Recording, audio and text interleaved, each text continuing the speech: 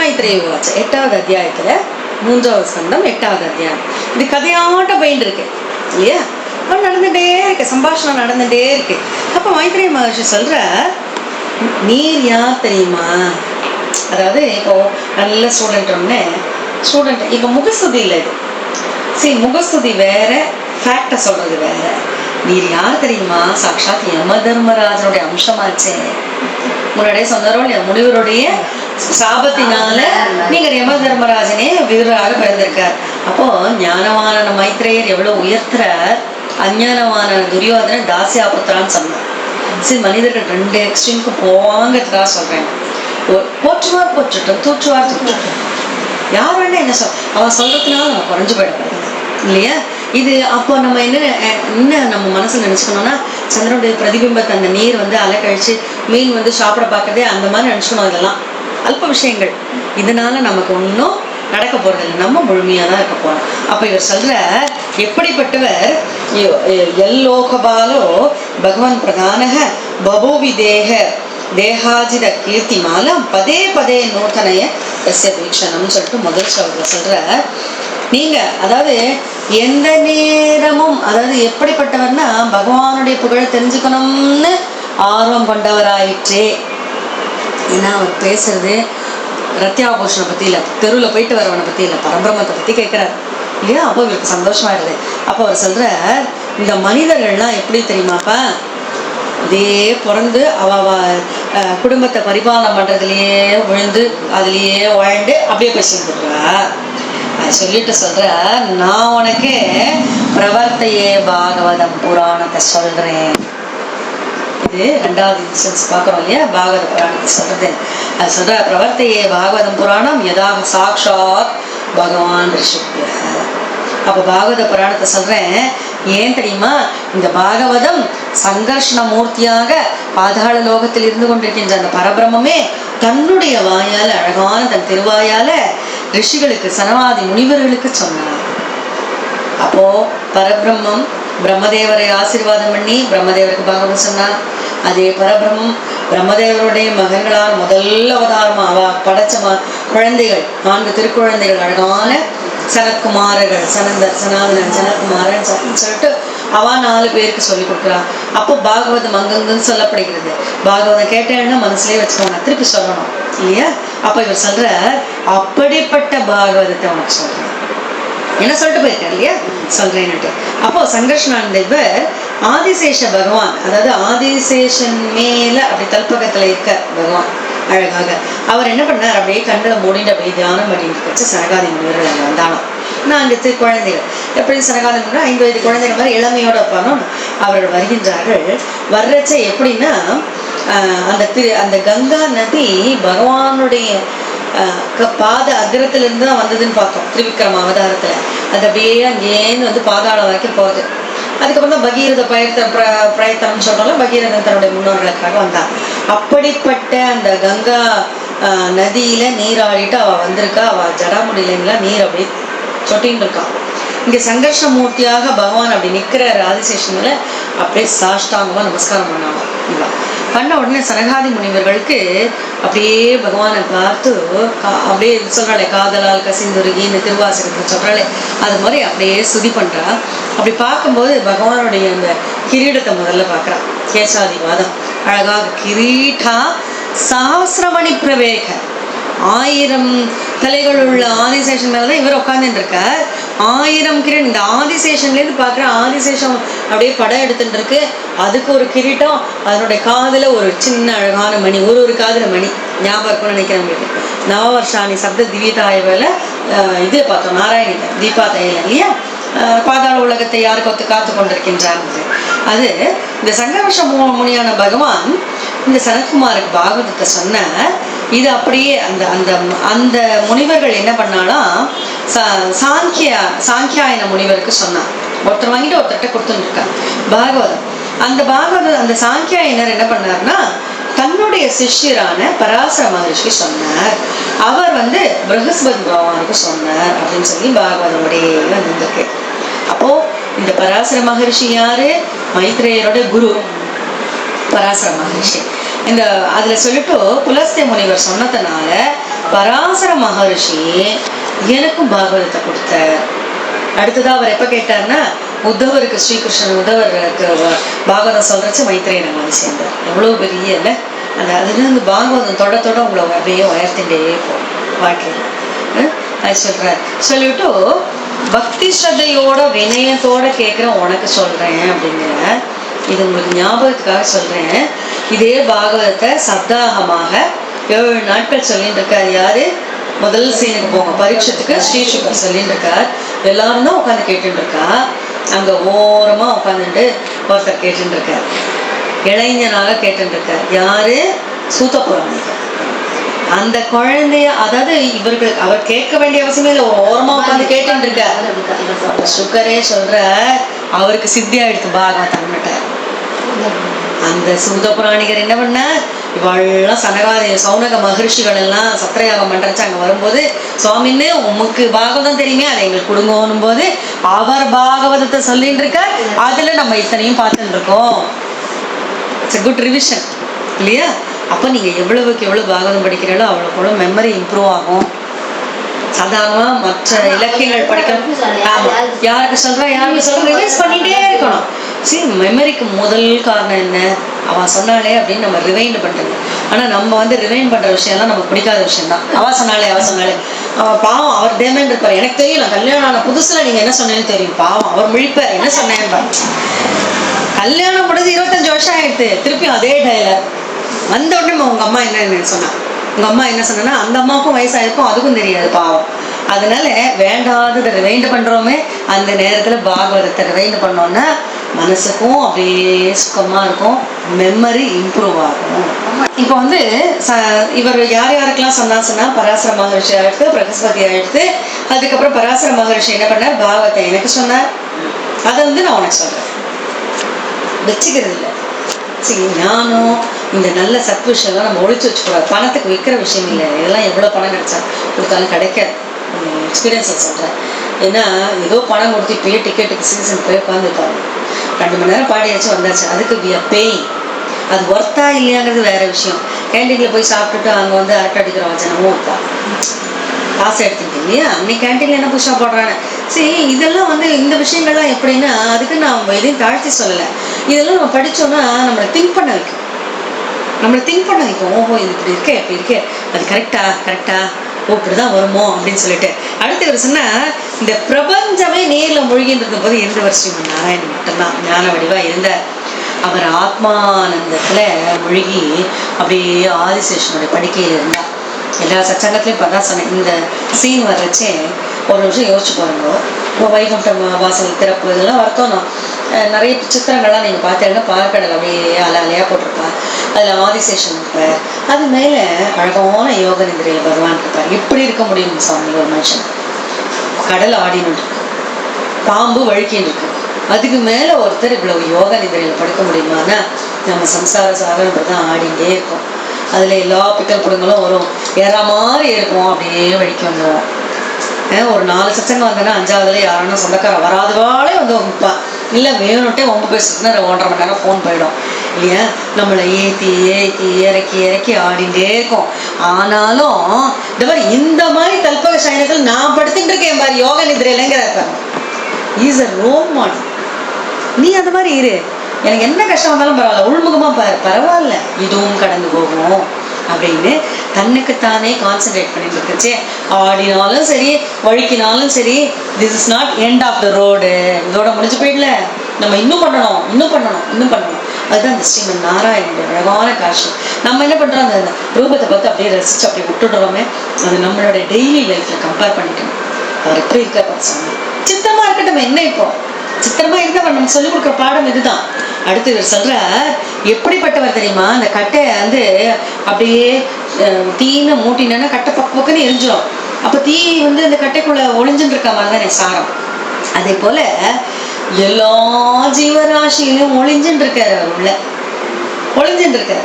அப்போ அவர் எப்படி பண்ணாருன்னா, அப்படியே படுத்துட்டு இருக்கார். எல்லாத்தையும் தன்னோட குச்சியில ஒடிக்கணும்ட்டு அவர் பாட்டுக்கு யோக நிதியில படுத்துட்டு இருக்கார். காலசக்திகிட்ட எழுப்புன்னு படுத்துட்டார். நம்ம 5வது 6வது தசகம் நாராயணத்துல இதை பார்த்தோம் இல்லையா?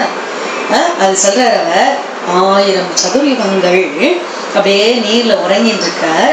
அதுக்கப்புறம் கரெக்டா அந்த கால சக்தி எழுப்பித்து அந்த சூக்ஷ்மங்கள்லாம் தாங்கிட்டே இருக்கே அழகான தன் திருப்பார்வைய தன்னுடைய குக்ஷியில செலுத்தினார். அதுதான் அவர் சொல்ற தஸ்யார்த்த சூக்ஷாம் அப்படி நிவிஷ்ட திருஷ்டே. எல்லாரும் கூட சேர்ந்து படிக்கலாம், மோக்ஷாப்தி இது.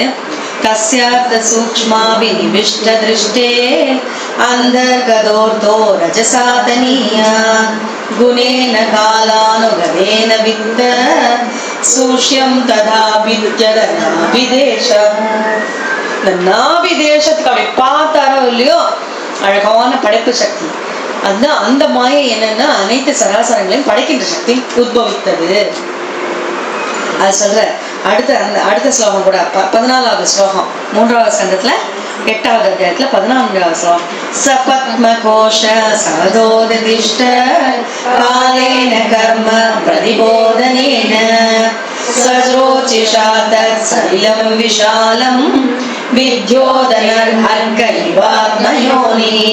அது பார்த்துட்டே இருக்க இந்த கால சக்தி இருக்க சூக்ஷமான சக்தி அப்படி பார்த்த உடனே அழகாக ஒரு நாபியிலிருந்து கமலம் வந்தது, பத்மம் வந்தது. எப்படி தற்சலிலம் அந்த நீர்லேருந்து வந்தது. ஸ்வரோச்சிஷா தற்சலிலம் விஷாலம். அந்த கமலம் வந்ததோ இல்லையோ இவ்வளவு ஒளி வீசித்தான், இருட்டை துடைத்து எடுத்தது போல ஒளி வீசிட்டு. அப்ப அவர் சொல்றார், அப்படி ஒளி வீசின அந்த கமலத்துல பகவான் ஸ்வயம் அந்தர்யாமியாக நுழைந்தார். அந்த கமலத்திலிருந்து எந்த விதமான அத்தியாயமும் பண்ணாம பிரம்மர் தோன்றினார். இப்ப பிரம்மதேவன் படைக்கப்பட்டார்னா அவருடைய சுய கஷ்டங்கள் எல்லாம் இல்லை, அவர் ஆட்டோமேட்டிக்கா படைக்கப்பட்டார்னா முதல்ல பகவான் அந்த கமலத்தை உட்புகுந்தார். அதுக்கப்புறம் அதுல இருந்து அழகாக பிரம்மதேவர் சொல்ற, அதனால கமலன்னு அவருக்கு பேரு. அதை சொல்லிட்டு அந்த பிரம்மதேவர் என்ன பண்ணாராம், தஸ்யாம் சாம்போ கர்ணிகாயம் அவஸ்திதோ லோக பஷ்யமானக அப்படின்னு சுத்தி சுத்தி பார்க்கிற. தான் யாருன்னு தெரியல. கஹ கஹ, அதாவது சான்ஸ்கிரிட்ல நான் யார், மேல் ஜெண்டர்ல புருஷன் இல்லையா, கோன்னு சொல்றாங்க இந்தியில. கஹ கஹன்றதுனால அவர் போய் கமலன் கஹ கஹ அப்படின்னு கேட்டிருக்காரு. அதை சொல்லிட்டு சுத்தி சுத்தி பார்க்கிற. 4 பக்கம் பார்த்ததுனால நான் முகனானா அழகாக சத்வாரி லேபே அனுதிஷம் முகானி அனுதிஷம் முகானி 4 டைரக்ஷன்ல திருப்பின 4 முகங்கள் உண்டானது. ஆமா, நாராயணத்தை படிச்சோமா இல்லையா. அப்போ உட்காந்துட்டே இருக்காரு, அப்படியே ஆடுறது தாமரை நாபிலிருந்து வந்தது. அதெல்லாம் இமேஜின் பண்ணி பாருங்களேன், எவ்வளவு சந்தோஷமா இருக்காங்க. அப்படியே ஆடிட்டு இருக்கான். ஏன்னா அப்ப இருக்கிறது 2 விஷயம் தான் இருக்கு. பிரம்மதேவரனை பார்க்கறது என்ன, காற்று, அடுத்து ஜலாபூமி. இந்த 2 தான் பார்க்க முடியாது, யாரையும் பார்க்க முடியாது. அப்படியே ஆடுறதான். அந்த தாமரை மலர்ல நான் இருக்கேனே, க ஏஷ நான் யாரு அப்படின்னு கேட்டுட்டு, இது ஏதோ தாமரையில இருக்க, இது எங்கேருந்து வந்திருக்கு அப்படின்னு சொல்லி இந்த புத்தி தான் பிறந்த குழந்தைகளுக்கு இருக்கும். அது வந்து ஆக்சுவலாக வந்து பார்த்தா சிரிக்கும், இது பண்ணும். அப்புறம் வந்து அப்படியே கொஞ்சம் குப்புத்துக்கும், அப்புறம் நீஞ்ச ஆரம்பிக்கும். சும்மா இருக்கும்னு நினைக்கிறேன். ஏதாவது ஒரு பொருள் கிடைச்சா அதை எடுத்து பார்க்கும். பொருள் சாப்பிட்ற பொருளை வாயில் வச்சு பார்க்கும். பேசிக் இன்டெலிஜென்ஸ் ஒண்ணுமே வேண்டாம். பிறந்த குழந்தை தாயினுடைய ஸ்தன ஊற்றால எப்படி அதுக்கு தெரியாது? அப்பதான் பிறந்திருக்கு, அதுக்கு பால் குடிக்கிறதுக்கு எப்படி தெரியாது இல்லையா? அந்த ஜன்மாவினுடைய அந்த சுயமா வருது, அந்த சுயமா வர்ற இன்டெலிஜென்ஸ் அது. அது சொல்றாரு. இவர் பார்த்துட்டு நேரம் அந்த நாபி அந்த கமலத்தினுடைய தண்டு வழியா கீழே வந்து பார்க்கறாரு. ஒண்ணுமே தெரியல, எங்க இருக்குன்னே தெரியல. சுத்தி முத்தி பார்த்தார். அதுக்கப்புறம் பார்த்தார், சரி இதுக்கு மேல எனக்கு ஒண்ணுமே தெரியலையே அப்படின்னு சொல்லிட்டு அவர் கொஞ்சம் பயம்தான் வந்தது. அவர் என்ன பண்ணார், மூச்சை அடக்கி கொண்டு தியானம் பண்ண ஆரம்பித்தார். ஏன் தெரியுமா, தப்பான்னு ஒரு அசரீரி கேட்டுது. கேட்ட உடனே அவர் வந்து 100 ஆண்டுகள், அதாவது தேவ வருடம் 100 ஆண்டுகள் அவர் அப்படியே தியானம் பண்ண உடனே அப்படியே உட்கார்ந்து இருக்கச்சு ஒரு ஒளிச்சு போச்சு. அது என்னன்னா, அந்த தாமரை தண்டு மாதிரி வெளுத்த திருமையோட இருக்க ஆதிசேஷன் என்கின்ற கல்பகம் படுக்க மேலே அழகான பகவானுடைய ஸ்ரீமன் நாராயணனுடைய ரூபத்தை பார்த்தார். பார்த்துட்டு அந்த ஆதிசேஷன்லயே பார்த்தா பிரம்மாண்டமா இருக்கு. இமேஜின் பண்ணிக்கணும், பெரிய ரூபம் எப்படி இருக்குன்னா, அந்த 10,000 ஃபனங்கள் இருக்கு. அந்த பாம்பு எடுத்த அந்த ரூபம் தான் ஃபனம்னு சொல்லுவோம், படம் எடுக்கிறது. அதுக்கு மேல ஜொலிக்கிற அழகா நாகரத்தனத்தோட அப்படி மின்னதான் ஆதிசேஷன் அதனாலே அந்த இடமெல்லாம் ஜோதிர்மயமா எடுத்தான். அதுல இருந்து அப்படி பாக்குறாரு. அப்படி கொஞ்சம் கீழே இறக்கி பார்த்தா ஸ்ரீமன் நாராயணன் அழகாக நீலமேன் ஷியாமளனா நீருண்ட கருமேகம் போன்ற திருமேனியோடு ரொம்ப அழகா இருக்க. அதை படிச்சு பார்க்கலாம். 24 பிரேக்ஷாம் சிபந்தம் ஹரிதோ பலாத்ரே சந்தியாபிரணிவேருருக்மமூர்த்னஹ ரத்னோததாரௌஷதி சௌமனஸ்ய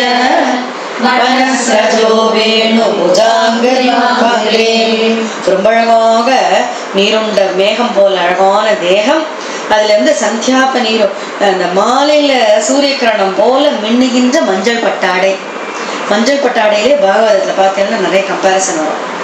பீதாம்பரம்ங்கிறவங்களே மஞ்சள் பட்டாடை ரொம்ப அழகா. அதுக்கப்புறம் வந்து தலையில அழகா கிரீட்டம். இந்த கிரீட்டம் எப்படி இருக்குன்னா இவரே பெரிய மூர்த்தியா இருக்கார்.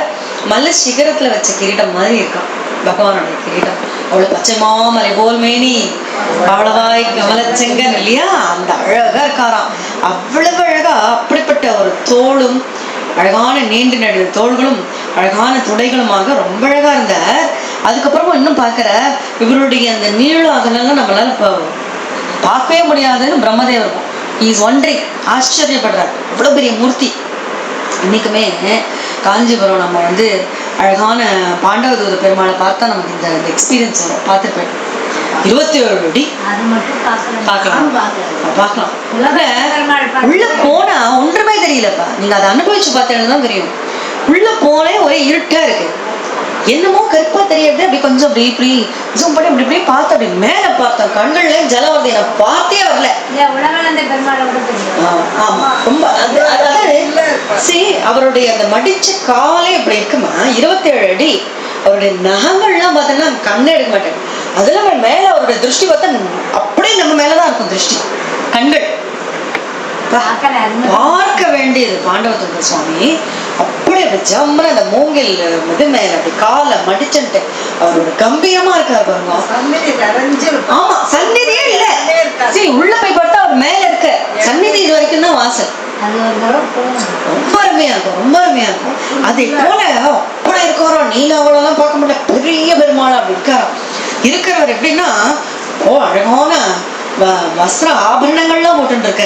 அது சொல்ற ஆயா மதோ விஸ்தரத ஸ்வமான தேஹேன லோகத்ரய சங்கிரஹேன விசித்ர திவ்யாபரணாம் சுகானாம் கிருதஸ்ரீயா பாசுதேஷதேயம்.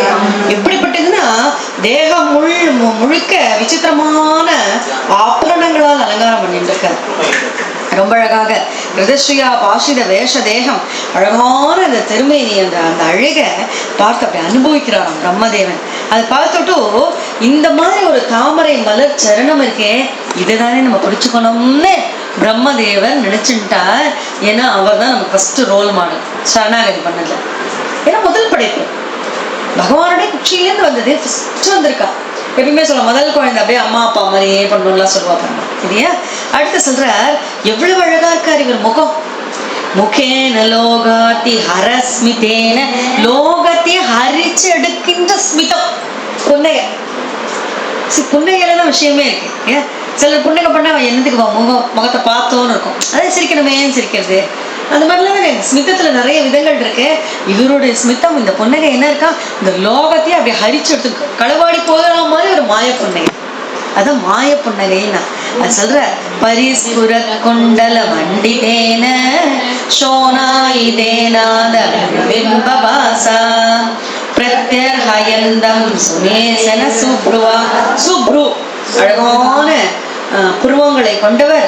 அழகான திருமுக மண்டலம் கொவைப்பழம் போன்ற அழகான உதடுகள். மகர குண்டலம் சாங்கிய யோகத்தை சொல்லுகின்ற மகர குண்டலம். கபிலாவதாரத்துல தாயான தேவகூதிக்கு சாங்கிய யோகத்தை சொன்னாரே அது ரெண்டத்தை டெபிக்ஷன் பண்றதுதான் குண்டலம். ஏன் சின்னதா இருந்தாலும் கமல் போட்டு கூட நீங்க பாத்தீங்கன்னா குண்டலம் தான் இருக்கும். மகர குண்டலம் தான் இருக்கும். அது சொல்லிட்டு அவர் அப்படியே கொஞ்சம் இறக்குற அகன்ற பாகுவை பார்த்துட்ட அதே பெரிய திருமணியம் அப்படி இடுப்புக்கு வர இடுப்புல எப்படி இருக்கான் கதம்ப கிஞ்சல் கபிஷங்க வாசசா ஸ்வலங்கிருதம் மே கலையானிதம்பே ஆரேன சானந்த கணேன வத்ஸ ஸ்ரீவத்சவக்ஷ ஸ்தலவல்லவேன. எப்படி இருக்கும் அப்படி கொஞ்சம் இடுப்பாண்ட வந்தா கதம்ப கிஞ்சல்பக பிஷ்ண, கதம்பத்துல இருக்கே அந்த கேசரி, அந்த மகரந்தம், அந்த மகரந்தத்தை ஒத்த பொன்னாடை, மஞ்சள் பட்டாடை. முன்னாடி என்ன சொன்னார், அழகான மஞ்சள் பட்டாடைக்கு சந்தை நேரத்தை போல பளபளன்னு இருக்க, மாலை நேர சூரியனுடைய மஞ்சள் இருக்கே அதே மாதிரி பட்டாடைனா. இப்ப புதுசா சொல்ற கதம்ப மலரோட கேசரத்தின ஒத்த மஞ்சள் பட்டாடை, அழகா மஞ்சள் பட்டாடை கட்டின்னு இருக்கார். அதுக்கு மேல மேக்கலை அரஞ்சான் கட்டின்னு இருக்கார் இல்லையா. எங்கதான் பாருங்க, குருவாயூரப்பனா இருக்கட்டும், பெருமாளா இருக்கட்டும், அந்த மேகலை காஞ்சி லாஞ்சித்தல்ல சார். பீதாம்பர ஆலம்பினி ஆலம்பே, காப்பாத்துப்ப உருக்கி ஒழித்த அந்த பொன்னாலான மேகலை. இங்க மேகலைன்னு சொல்லிட்ட ஹாரேன, அழகான ஹாரங்கள்லாம் போட்டிருக்காரு, முத்துஹாரம் மாணிக்க ஹாரங்கள் எல்லாம் போட்டுட்டு ஸ்ரீவத்சங்கிற தன்னுடைய மருவை வைத்துக்கொண்டு அழகாக ஜொலிக்கின்றாரே. அவர் அழகை என்ன சொல்றது, பிரம்மதேவன் அனுபவித்தத மைத்ரேயர் இப்ப அனுபவித்து விதுரர்கிட்ட சொன்னத நம்ம இப்ப அனுபவிச்சுட்டு இருக்கோம். பாத்தீங்களா, அதான் பாகவதம். வாய் வழியா சொல்லிட்டே இருப்பார். இந்த கிரந்தமே இல்லாமல் போனாலும், யார் படைப்பிடிப்புல என்னதான் அடிச்சு பொடிச்சு போட்டாலும், இந்து தர்மம் சனாதன இந்து தர்மம் வாழ்ந்துருக்குன்னா ஒரே காரணம், குரு சொல்ல சீடர்கள் கேட்கும், சீடர்கள் திருப்பி அவளை இன்னொரு குருவா சொல்லி கொடுத்துருப்பா, போயிட்டே இருக்கும். வாய் வழியாதான் ஒரு விஷயம் உள்ள இருக்கே, அதை யாராலும் திருட முடியாது இல்லையா. அது சொல்றார். ரொம்ப அழகாக அவர் எப்படி இருக்கார், சந்தன தரு மாதிரி இருக்காராம், 7-11 அப்ப எவ்வளவு பெரிய ரூபம் பாருங்க. அது சொல்லிட்டு ரொம்ப அழகாக அவருடைய அந்த அந்த ரூபத்துக்கு மேல ஆதிசேஷன் கொடை பிடிச்சுட்டு இருக்கிறது எப்படி இருக்குன்னா, இந்த சந்தனத்தை மரத்தை சுத்திண்டு கொடிகள்லாம் இருக்குமே அதை போல இருக்கு அப்படின்னு சொல்லிட்டு, அந்த அழகான மலையை போல சராச்சரவுகோ பகவான் மகீந்திர பந்தும் சலிலோப கூட்டம், சலிலம் அந்த அருவிகள்லாம் இருக்கே, அதாவது பெரிய மலை இருக்குன்னா மலையில சும்மா மலை இருக்காது, அதுல செடி கொடி லதாதி வகை விருட்சங்கள் இருக்கும், எல்லா உயிரினங்களும் இருக்கும், சரித்தம் நதிகள் இருக்கும். அதை போல 1000 கணங்கள் கொண்ட இந்த ஆதிசேஷன் கொடைபிடிக்க அவ்வளவு அழகா இவர் சந்தன மரத்த மாதிரி இருக்காரே, பார்த்தா ரத்தத்தை குயிச்சுச்சா மாதிரி இருக்கு. அதை சொல்லிட்டு அவரை பாக்குறாரு. பார்த்தா அழகான வனமாலி போட்டுருக்காரு. அழகா இந்த வனமாலி போட்டுருக்காருன்னு சொன்னதோட உடல அந்த வனமாலியில இருக்கிற அந்த வண்டுகள் இருக்கே, அந்த வண்டுகள்லாம் என்ன பண்றா, ஸ்வகீர்த்தி மையா, உன்னுடைய கீர்த்தி பாடின்னு இருக்கு. சொல்லுவாள கம்பன் வீட்டு கட்டுத்தறியும் கவி பாடுங்கிற மாதிரி, கம்பனுக்கே சொல்லும் போது ஹரியனுடைய கழுத்துல இருக்க வனமாலியை சொல்லணுமா இல்லையா. அந்த வனமாலின்னு ஏன் சொன்னா, வனமாலிங்கிறது நம்ம நினைக்கிற மாதிரி ஷேப்பு, ஆரஞ்சு, பச்சை, நீலம், என்னென்ன கலர் இருக்கோ அதெல்லாம் எடுத்து ஒரு வனமாலி. அது என்னத்தை காட்டுறது, டிஃப்ரெண்டா இருப்பா என் பக்தர்கள். ஒருத்தர் அறிஞர்களா இருப்பா, ஒருத்தர் இக்னரண்டா இருப்பார். யாரா இருந்தாலும் பரவாயில்ல, பக்தியோட இருந்தா நான் வச்சுக்கிறேன்பா, என் கழுத்துல போட்டுக்கிறேன். அதுதான் வனமாலி சொல்றது. இவ்வளவு அழகாக இந்த 3 உலகத்தையும் இப்படி ரீங்காரம் பண்ண அந்த வனமாலை இருக்கே, 3 உலகத்தையும் தெரியுற அந்த சுதர்சன சக்கரம், ஆயுதங்கள் இதெல்லாம் வச்சுட்டு அவர் இருக்கிறத பார்த்தாலே அவர் என்றைக்குமே அஜயனா இருக்க, ஜெயிக்க முடியாதவர் இல்லையா, அஜயம். அப்போ அவர் சொல்ற, இந்த பிரம்மதேவர் தன்னோட தொப்புள் கொடையிலேருந்து பார்த்துட்டு இப்ப பகவானை பார்த்தா சுத்தி பார்க்கிறார், யாரும் இல்லை, பகவானோட தரிசனம் கிடைக்கிறது. இவர் ரஜோகுணம் நிரம்பியவரா இருந்தாலும், நான் வேலை பண்ணணும், காலம்புற எழுந்தா நம்ம என்ன பண்றோமோ இல்லையோ, சமைக்கணுமே வரதே பாருங்க. நமக்கு தெரிஞ்சு சிருஷ்டி அதுதான். இப்ப பிரம்மதேவர் சிருஷ்டி பண்ணணுமே நினைச்சுட்டு, ஆனா ஒண்ணுமே பண்ண தோணல. நமக்கும் சில நேரத்துல இருக்கும், எல்லாமே இருக்கும், போறோம் என்னத்த பண்றது, டெய்லி எப்படியே பண்ணி குப்பை கொட்டிட்டு போறோம் அப்படின்னு ஒரு சலிப்பு வந்துடும் நமக்கு. ஆனா இவருக்கு எல்லாமே இருக்கு, எல்லாம் பண்ணணும் இருக்கு, ஆனா எப்படி துவங்குறதுன்னு தெரியல. நம்மள மாதிரி கோச்சில் ஒரு பக்கம் போய் உட்காரல. அவர் என்ன பண்ணார், பகவானை ஸ்துதி பண்ணார். நம்மளுடைய வாழ்க்கையிலையும் முடிவு தெரியாத நிறைய விஷயங்கள் அப்படியே நம்மளை முடிச்சுட்டு இருக்கச்சு ஸ்துதி பண்ணா போறோம். நமக்கு பெருசா ஒன்றும் தெரியாது, சரணாகதி பண்ணிட்டு அவர் நாமாவை சொன்னா அதுவே ஒரு சொல்யூஷனாக வரும். சரியா, அதோட முடிக்கிறார். ரொம்ப அழகான 8வது அத்தியாயம். हरिः ओम्। अथ तृतीयस्कन्धे अष्टमोऽध्यायः। मैत्रेय उवाच सत्सेवनीयो बदपूर्वंशो यल्लोकपालो भगवत्प्रधानः बभूविदेहाजितकीर्तिमालां पदे पदे नूदनयस्य भीक्ष्णं सोऽहं नृणां शुल्लसुखाय दुःखं महद्गदानां विरमाय तस्य प्रवर्तये भागवतं पुराणं यताः साक्षात् भगवान् ऋषिभ्यः आसीनमुर्व्यां भगवन्तमाद्यं सङ्घर्षणं देवमकुण्ठसत्त्वं विवित्सवस्तत्त्वमदपरस्य कुमारमुख्या मुनयोन्वपृच्छन् स्वमेव दिष्ण्यं बहुमानयन्तं यं वासुदेवाभिधमामनन्ति प्रत्यग्दृदाक्षाम्बुजकोशमीशत् उन्मीलयन्तं विबुधोदयाय स्वर्धुन्युधार्त्रैः स्वजडाकलापैः उपस्पृशन्तश्चरणोपधानं पद्मं यदर्चन्त्यहिराजकन्याः सप्रेमनाना बलिभिर्वरताः मुहुर्गृणन्तो वचसानुराग स्खलत्पदेनास्य कृतानि तज्ञाः किरीटसाहस्रमणि प्रवेग प्रत्योदिधोद्धामपनासहस्रं प्रोक्तं किलैतत् भगवत्तमेन निवृत्तिधर्माभिरदाय तेन सनत्कुमाराय च चाह पृष्टः साङ्ख्यायनायाङ्गधृतवृदाय साङ्ख्यायन पारमहंस्यमोक्यो विवक्षमानो भगवद्विभूति जगादसोऽस्मद्गुरवेन्विधाय पराशराय त बृहस्पतेश्च प्रोवाच मह्यं सदयाळुरुक्तो मुनिफलस्तेन पुराणमाद्यं सोऽहं तवैतत् कथयामि वत्स श्रद्धालवे नित्यमनुवृधाय उदाप्रदं विश्वमिदं तदासीत् यन्नित्रयामीलि तदन्यमीलयत् अहीन्द्रतल्पे अधिशयान एकः कृदक्षणस्वात्मरथो निरीहः सोऽन्तः शरीरेऽर्पितबोधसूक्ष्म कालात्मिकां शक्तिमुदीरयानः उवास तस्मिन् सल्लेपदे स्वे यथा नलोद्धारुनिरुद्धवीर्यः चतुर्युगानां च सहस्रमप्सो स्वपन् स्वयोधीरितया स्वशक्त्या कालाख्यया साधितकर्मतन्द्रो लोकानपीतान् तदृशे स्वदेहे तस्यार्थसूक्ष्माभिनिविष्टदृष्टेः अन्तर्गतोऽर्थो रजसा तनीयान् गुणेन कालानुगतेन वित्तः सूक्ष्यं सदा विद्यतनाभिदेशात् सपद्मघोषः सहसोदतिष्ठते कालेन कर्म प्रतिबोधनेन स्वरोचिषा तत्सलिलं विशालं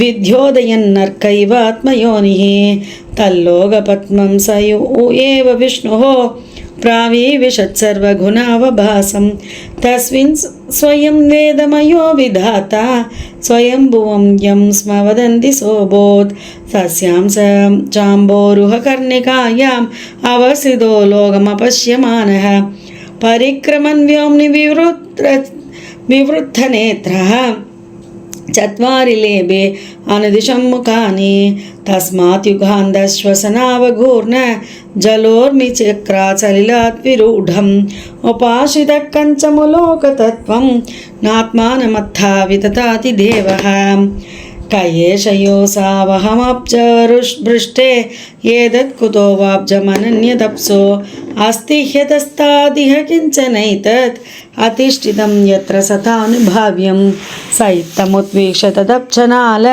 नाडे विरन्दर्जलमाविवेश नार्वाकतस्तत्करकनाळनाळ नाभिं विचिन्वं स्तदविन्धता च तमस्य पारे विद्रात्मसर्गं विचिन्वदो भूत् सुमहां सृणैमिः यो देहबाजां भयमीरयानः परीक्षिणोऽध्यायुरजस्य हेतिः ततो निवृत्तो अप्रतिलब्धकाम स्वधिष्ण्यमासाद्य पुनः स देवः शनैर्जितश्वासनिवृत्तचित्तो न्यशीदधारूढन समाधियोगः कालेन सोज पुरुषायुषाभि प्रवृत्तयोगेन विरूढबोधः स्वयं तदन्तर्हृदयेव बाधं अपश्यत यन्न पूर्वं मृणालगौरायदशेषभोग पर्यङ्ग एकं पुरुषं शयानं पनादपत्रायुधमूर्धरत्न द्युभिर्हदत्वान्दयुकान्ततो ये प्रेक्षां शिवन्दं हरितबलाद्रेः